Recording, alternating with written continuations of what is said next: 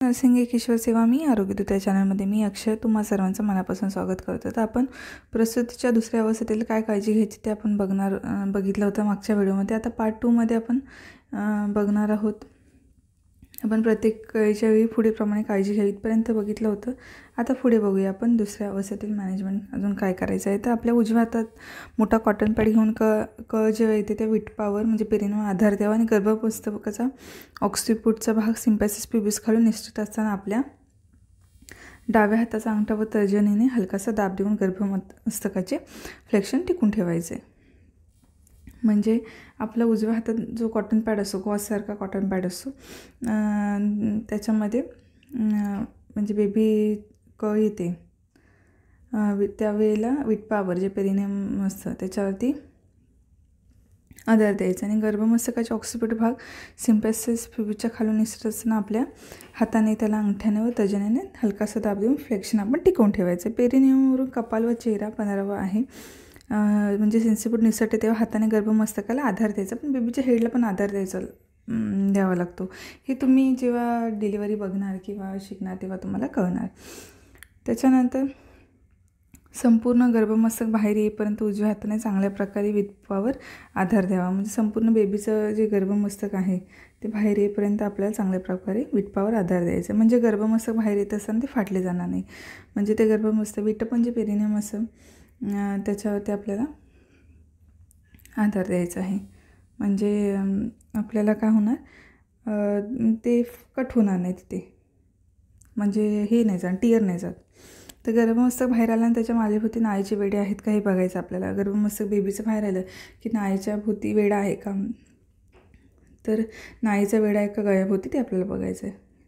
आणि जर ते असेल तर घाबरून न जाता गडबड न करता हाताच्या बोटाने ते बाळीच्या डोक्यावरून सोडून घ्यायचं. मग घाबरायचं नाही, आपल्याला हाताने सोडून घ्यायचं आहे. त्याच्यानंतर पुढच्या कळेवर बाळाचे खांदे आपोआप बाहेर येतात म्हणून तेवढ्या आधीतच गॉसच्या तुकड्याने बाळाचा चेहरा नाकपुडा पुसून घ्यायचा. म्हणजे नेक्स्ट कळ येते तेव्हा बेबीचं खांदे वगैरे बाहेर येतात. त्या अवधीत मग बाळाचं नाक गॉसच्या ह्याच्याने नाक पुसून घ्यायचं आहे, नाकपुड्या. निर्जंतुक नॉर्मल सलाईनच्या स्वॅबने डोळे नाकाकडून कानाकडे पुसायचं आहे. पुढची कळ आली की खांदे आतल्यात फिरवून उजवा खांदा सिम्पॅसिस प्युबिस खालून आणि डावा खांदा पेरिनेमवरून निसटतो. पुढची कळ आली की काय होतं, खांदा आतल्यात फिरून उजवा खांदा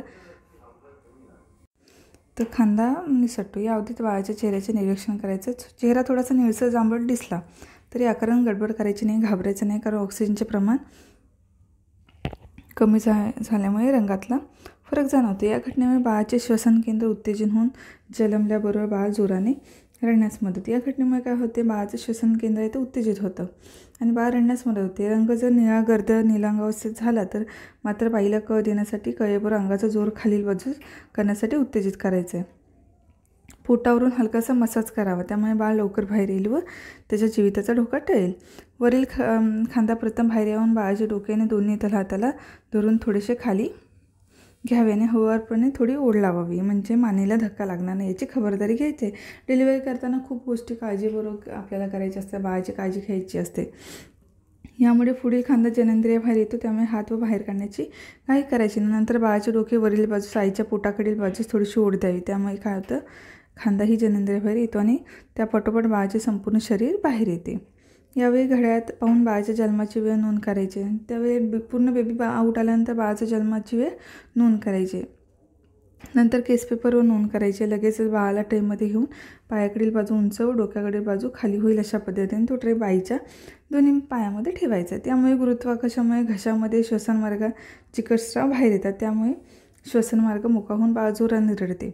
त्याच्यानंतर काय करायचं आहे, तर करंगलीला गॉस गुंडाळून तोंडातील चिकटस्राव घशातून बाहेर काढावेत. बाळाने लघवी केली की नाही, म्युक्युनियम पास केली की नाही बघायचं. बाळाने लघवी केली की नाही, म्युक्युनियम पास केली की नाही आपल्याला चेक करायचं आहे. त्यानंतर काय करायचं आहे, नाळीतील नाडी लागल्यानंतर थांबल्यानंतर बाळाच्या बेंबीपासून 3 ते 4 सेंटीमीटर अंतरावर एक नाळबंधन बांधायचं आहे. नंतर पहिले नाळबंधन यायचं, आता कॉर्ड क्लॅम्प येतात, तर कॉर्ड क्लॅम्प बांधायचं. त्यानंतर 1 सेंटीमीटर अंतरावर दुसरे बंधन, म्हणजे फॉरसेप्स लावतात दोन्ही साईडला, बेबीच्या साईडला, मदरच्या साईडला, प्लासेंटाच्या साईडला, आणि तिथे कॉर्ड क्लॅम्प लावून म्हणजे कॉर्ड क्लॅम्प लावून कट केलं जातं.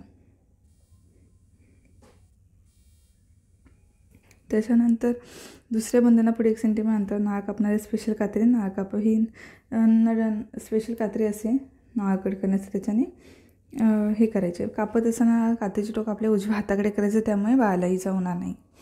नाळ कापल्यानंतर नाळीतील नीलाव रोहिणीचे निरीक्षण करायचं. त्यामुळे काही विकृती असल्यास ताबडतोब डॉक्टरांना कळवायचं. नाळ कापल्यानंतर नाळीतील नीलाव रोहिणीचे निरीक्षण करायचं आहे. त्यामुळे काही विकृती असेल तर डॉक्टरांना कळवायचं आहे. कापलेल्या नाळीच्या शेंड्यावर निर्जंतुक वस्पीत गुंडाळून त्यातून रक्तस्राव होत नाही याची खात्री करायची आहे. मग बाळाला गुंडाळून ट्रेमध्येच ठेवायचं आहे.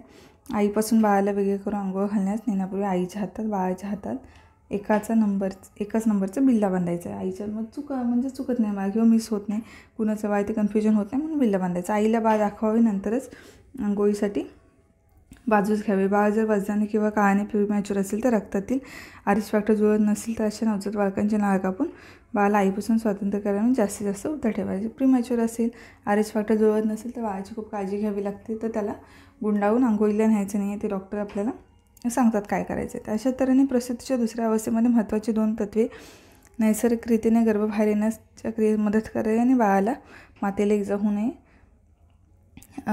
न देणे हे आपल्याला काळजी करायची. बाळाला आणि मातेला सुखरूप ठेवायचं ही आपली दुसऱ्या मॅनेजमेंटमधली किंवा सेकंड स्टेज लेबर मॅनेजमेंट आहे किंवा काळजी आहे. तर अशा प्रकारे आजचा व्हिडिओ होता. लवकरच भेटू आपण पुढच्या व्हिडिओमध्ये. तोपर्यंत धन्यवाद.